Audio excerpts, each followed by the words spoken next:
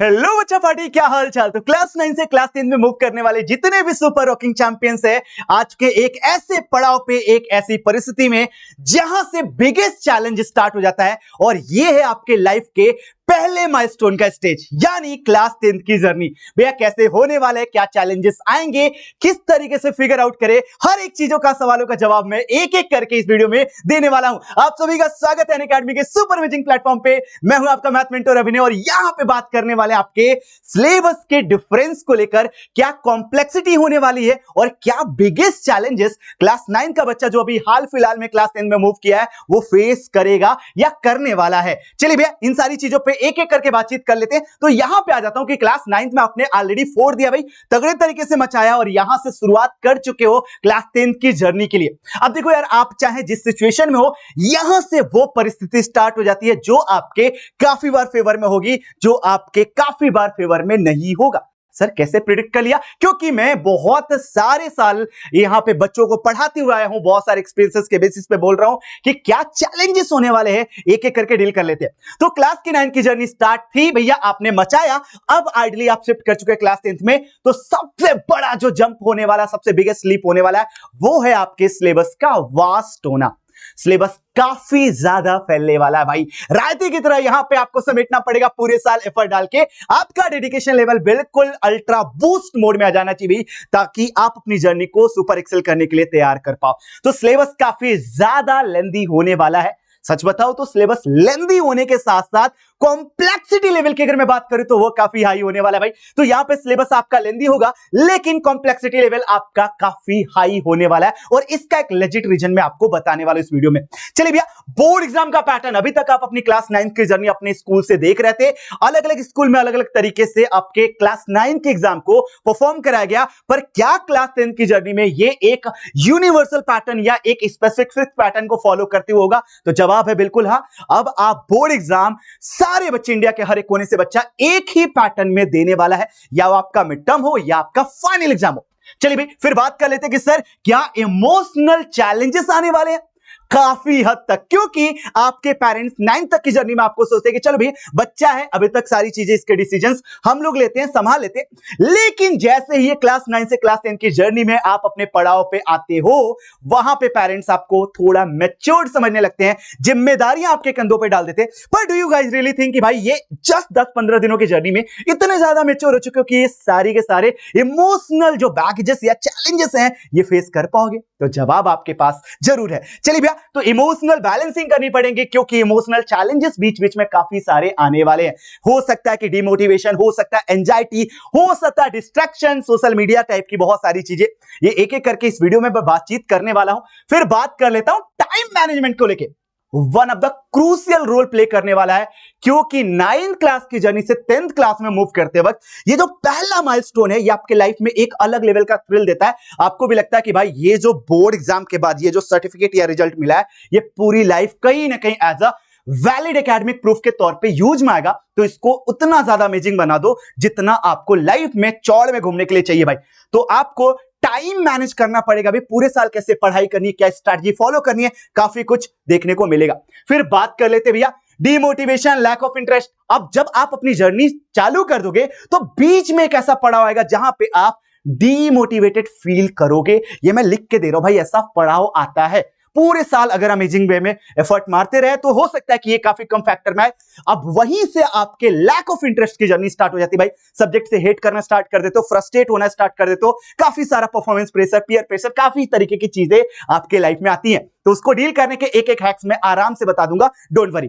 फिर आता है सबसे आखिरी चीज, और वो है आपके टॉपर्स का माइंडसेट। भैया लास्ट में जब पूरी जर्नी जी लिए हैं, वो आखिरी पल जब हमें बोर्ड एग्जाम में फोड़ना है, उस वक्त वो टॉपर्स का माइंडसेट क्या होता है, कैसे इसे बिल्कुल एवरेज या जीरो वाली स्टेट से हमने स्टार्ट किया है, स्क्रैच से स्टार्ट किया, और यहां पे टॉपर्स तक की जर्नी देखे तो माइंडसेट कैसे रखे, वो सारी चीजें पार करने के बाद फाइनल पहुंचते हो आप अपनी लाइफ के पिछले 10 सालों के लगाए गए एफर्ट्स के बेसिस पे पहले माइलस्टोन पे। और भैया चौड़ में जो कॉलर टाइट करके बोलते हो मैथमेटिक्स में गुरुजी 100 ऑफ 100 आए थे, ये ऐसे ही आता है। आपको ये सारी चीजें फेस करना पड़ेगा। थोड़ा डर लग रहा है? दिल घबरा रहा है? तेरा भाई तेरे साथ है भाई, डोंट वरी, टेंशन नॉट, फिकर नॉट, क्योंकि अभी भैया आपके साथ यहां पे मैं एक बहुत मस्त जबरदस्ती बात बताता हूं। होता है कि भाई अनअकैडमी लेकर आ चुका है इस टाइम पे स्पेशल लर्निंग फेस्टिवल। क्या करना भाई, तो अनअकैडमी के आप पे फ्री क्लासेस में चल रही है, आइए हमारे साथ जुड़िए। बैक टू बेसिक्स की क्लासेस स्टार्ट हो चुकी हैं। आपके 9 से 10 की मूविंग जर्नी में जो ट्रांजिशन पीरियड है, इसमें कैसे आप अपने बेसिक्स को क्लियर कर पाओगे, काफी कुछ आपको फ्री में सीखने को मिल रहा है, और वो होगा आपके अनअकैडमी के लर्निंग ऐप पे। चैट कर सकते हो लाइव क्लास में टॉप एजुकेटर्स के साथ, आप इंटरेक्टिव पोस्ट अटेंड कर सकते हो, अपने डाउट क्लियर सकते हो, तो वे इनरोल कर लो। डिस्क्रिप्शन में लिंक लगा हुआ है, बाय द वे ये बहुत शॉर्ट स्पैन के लिए, क्योंकि आपके फुल फ्लेज वे में क्लासेस स्टार्ट हो जाएंगी। अब बात कर लेते हैं यहां पे आपके सिलेबस के डिफरेंस को लेकर। यार वो क्या की डिफरेंस बिटवीन क्लास 9th और 10th के मैथ के एग्जाम में होने वाला है, कुछ एक्सपेक्ट देख लेते हैं। पहला एक्सपेक्ट, कॉन्सेप्ट के नाम पे भैया क्या फर्क पड़ेगा। तो भैया क्लास 9 में जो कॉन्सेप्ट थे काफी बेसिक इंट्रोडक्शन था, लेकिन यही क्लास 10th में आपके एडवांस एप्लीकेशन में हो जाएगा। कॉन्सेप्ट में एडवांसमेंट काफी ज्यादा होने वाला है। भैया बात कर लेते हैं डिफिकल्टी लेवल को लेकर। अगेन बताया कि क्लास 9th में मान के चल रहा भैया आपके मॉडरेट के आसपास था, पर क्लास 10th में क्या ये मॉडरेट रहने वाला है? तो बता दूं दोस्तों, इस गलतफहमी में मत जीना, क्योंकि यहां पे आपके कॉम्पिटेंसी फोकस सवालों का सिलसिला जब से जारी हुआ है, तब से आपके कॉन्सेप्ट के एडवांसमेंट में एप्लीकेशन पार्ट में काफी वृद्धि हुई है, जिस वजह से आपका जो लेवल है वो हाई होने वाला है, just because of more conceptual and काफी बार आपके प्रूफ बेस्ड क्वेश्चंस आते हैं इस वजह से। चलिए भाई बात कर लेते हैं कि वर्ड प्रॉब्लम का क्या सीन था। सर क्लास 9th में आपके पास डायरेक्ट वर्ड प्रॉब्लम थे, सिंपल आपके फॉर्मूले लगाए हो गए, लेकिन क्लास 10th में आपके जो वर्ड प्रॉब्लम आएंगे हल्का सा ट्विस्ट करके देगा, मे भी कुछ बेसिक एप्लीकेशंस को यूज करके, फिर आप सीधे फॉर्मुलेशंस पे आ जाओ, तब ये सवाल लगेंगे तो थोड़े कॉम्प्लेक्स और रियल लाइफ सिनेरियो बेस्ड आपके होने वाले हैं ये सारे प्रॉब्लम्स। फिर बात कर लेते हैं एग्जाम पैटर्न की। भैया 9th में तो स्कूल के बेसिस पे था, जैसा स्कूल ने चाहा वैसा, मे बी एमसीक्यूज में भी आपके long answer type, short answer type, या जैसा पैटर्न उसने डिजाइन किया। पर क्लास 10th की जर्नी में भैया ये पैटर्न हो जाएगा फिक्स, एक स्पेसिफिक पैटर्न देखने को मिलेगा। जैसे कि मैं बात करूं क्लास 10th में आपको पहली बार असर्शन रीजनिंग के, मैं ऐसा नहीं बोलता कि 9th में नहीं डील किया होगा, मे भी कुछ अच्छे स्कूलों में इस तरीके की बातचीत की गई हो केस बेस्ड क्वेश्चंस की, पर क्लास 10th में लेजिट ये आपको देखने को मिलेगा। पहला आपका असर्शन रीजन वाले सवाल, दूसरा आपका केस स्टडी या पिक्चर बेस या आपके डेटा बेस क्वेश्चंस, और इन्हीं सारे लोगों के बीच में, इन्हीं सारे कॉन्सेप्ट के बीच में खेलेगा आपका कॉम्पिटेंसी फोकस्ड सवाल। तो भाई इस तरीके के क्लास 10th की जर्नी में ये की डिफरेंस आपको नजर आ रहा होगा। अब बात कर लेते हैं जो आज के वीडियो का मेन मुद्दा था कि भाई सिलेबस में कैसे चेंज होने वाला है, हमारा जो क्लास 9 का सिलेबस ये कैसे हेल्प आउट करेगा क्लास 10th में, वो पेडागोगी क्या होगी भाई। तो चलिए भैया यहां पे आ जाते सीधे, let's decode the syllabus jump. भैया आपने पढ़ा था क्लास 9th में नंबर सिस्टम, राइट, जहां पे बात की थी रेशनल नंबर क्या होते हैं, कैसे नंबर लाइन पे रिप्रेजेंट करे, भैया √2 √5 वाले को नंबर लाइन पे कैसे रिप्रेजेंट करे, डेसिमल एक्सपेंशन कैसे होता है, p/q फॉर्म कैसे बनाया जाता है, बहुत सारी बातें। लेकिन क्लास 10th में क्या इतना वास्ट होगा? नहीं, लेकिन होगा मोर कॉन्सेप्चुअल। तो भैया आप चले जाओगे, उसी का नाम पड़ जाएगा रियल नंबर, और यहां पे आप सबसे पहले तो फंडामेंटल थ्योरम ऑफ अरिथमेटिक की बात करोगे, फिर आपके एचसीएफ एलसीएम के कॉन्सेप्ट वाले प्रॉब्लम, फिर उसके वर्ड प्रॉब्लम, और आखिरी चीज प्रूफ ऑफ इरेशनैलिटी। इन चीजों को समाहित करके बना आपका रियल नंबर, और इतने में ये चैप्टर खत्म हो जाएगा। पर पक्का है भाई कि इस चैप्टर से सवाल हर साल 6 नंबर के आते हैं। वेटेज का बाइफर्केशन भी मैं एक एक करके आपको बताते रहूंगा। फिर बात कर लेते हैं पॉलिनोमियल। सर क्या खास डिफरेंस होने वाला है? सच बताओ तो क्लास 9 का पॉलिनोमियल काफी वास्ट है, काफी कुछ चीजें ऐसी हैं जो 10th में नहीं है, जैसे कि मैं बात करूं फैक्टर थ्योरम, रिमाइंडर थ्योरम, और लास्ट में जो आपके वो पावर एंड एक्सपोनेंट वाले सवाल जो थे, वो सारी चीजें हटा दी गई, अलजेब्राइक आइडेंटिटीज वाले, ये चीजें हटा के एक्चुअल में एडवांसमेंट किस बात का हुआ भैया? ग्राफिकल मीनिंग ऑफ जीरोस की बात की जाएगी, फिर उसके एप्लीकेशन पार्ट की बात की जाएगी, कुछ वेरिएबल्स के फैक्टर्स दिए जाएंगे, उनकी वैल्यूज निकालने की बात करेगा। फिर बात कर लेते हैं कोऑर्डिनेट ज्योमेट्री।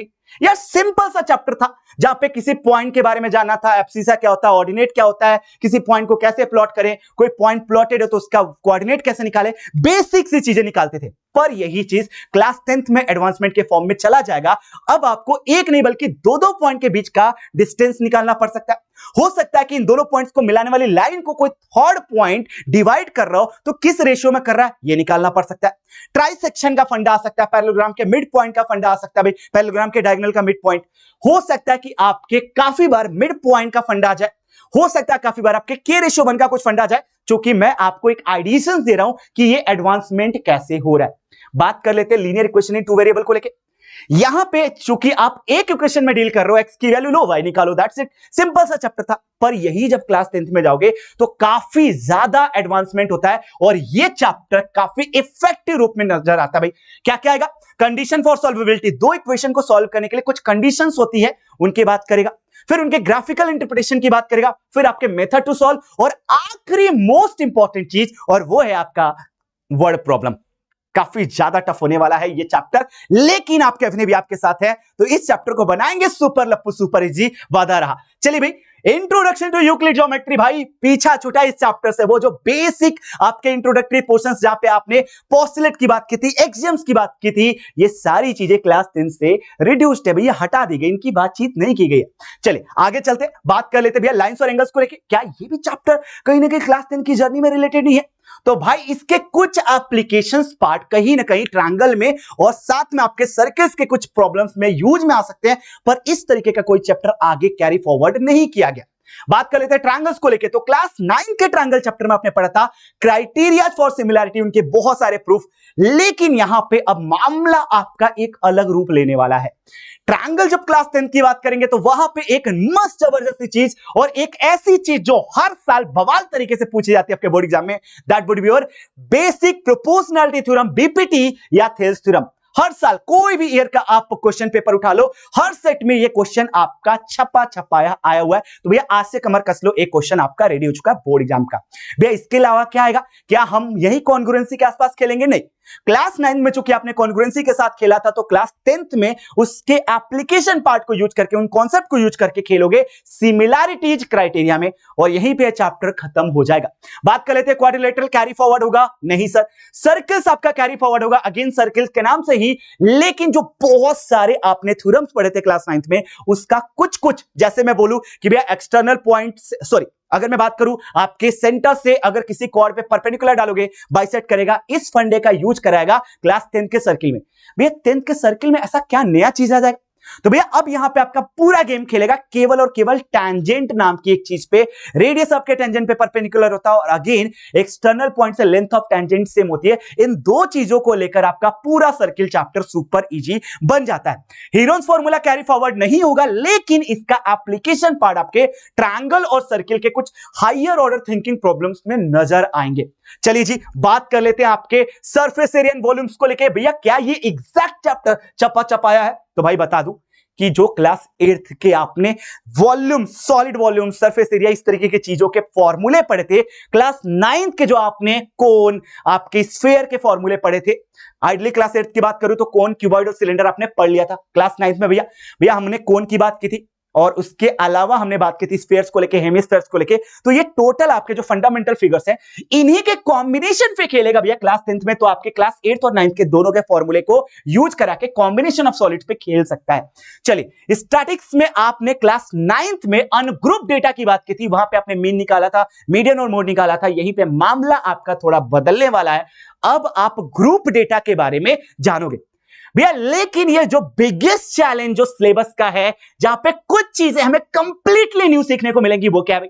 तो आ जाते हैं कि व्हाट्स न्यू। तो भैया यहां पे आपको कुछ चैप्टर्स बिल्कुल नए दिखाई देंगे, पहली बार आप पढ़ने वाले हो, that would be your quadratic equations. जो पॉलिनोमियल क्लास 9th में कुछ कुछ थोड़े थोड़े हिंट लेकर आपने इस चीज के बारे में सीखा था, ये पूरा एक फ्रेश चैप्टर के तौर पर आपको दिखाई देगा। फिर आप बात करोगे एक और fresh chapter, that would be your arithmetic progression, काफी ज्यादा अमेजिंग होने वाला है, जहां पे कुछ बेसिक फॉर्मूले, और ये चैप्टर आपके काफी सारे पर्सपेक्टिव को तोड़ेगा भाई।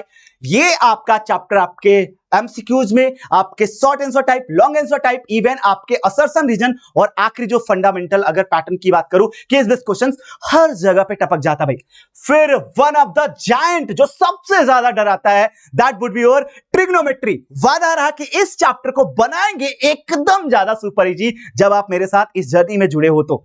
चलिए भाई, ट्रिग्नोमेट्री के कुछ एप्लीकेशंस ऑफ ट्रिग्नोमेट्री के सवाल होंगे, फिर आपके दो और chapter areas related to circle, और पहले कभी सिलेबस में हुआ करता था प्रोबेबिलिटी, जो कि रिड्यूस्ड हो गया, तो एक नए चैप्टर के फॉर्म में आपका दिखाई देगा प्रोबेबिलिटी। तो ये पूरा सिलेबस का मामला है जो आपको संभालना है भाई। तो आई होप कि आपको काफी क्लियर कट आइडिया लग गया। बारी है इस साल के बोर्ड एग्जाम में, जब आप कदम रख चुके हो तो मचाने की, हर हाल में मचाएंगे। बस वादा करके जाओ कि डेडिकेशन फुल टू रहेगा। इस वीडियो का कौन सा पार्ट आपको बेस्ट लगा बताइएगा, और जो आपकी क्वेरीज है, जो आपके सजेशंस हैं, इस वीडियो के कमेंट सेक्शन में भी भर दो। मिलता हूं आप सभी से इसी तरीके के एक और इंफॉर्मेटिव वीडियो के साथ। तब तक के लिए बस अपना ख्याल रखिए, हंसते रहिए, मुस्कुराते रहिए। Goodbye, bye bye, शायोनारा।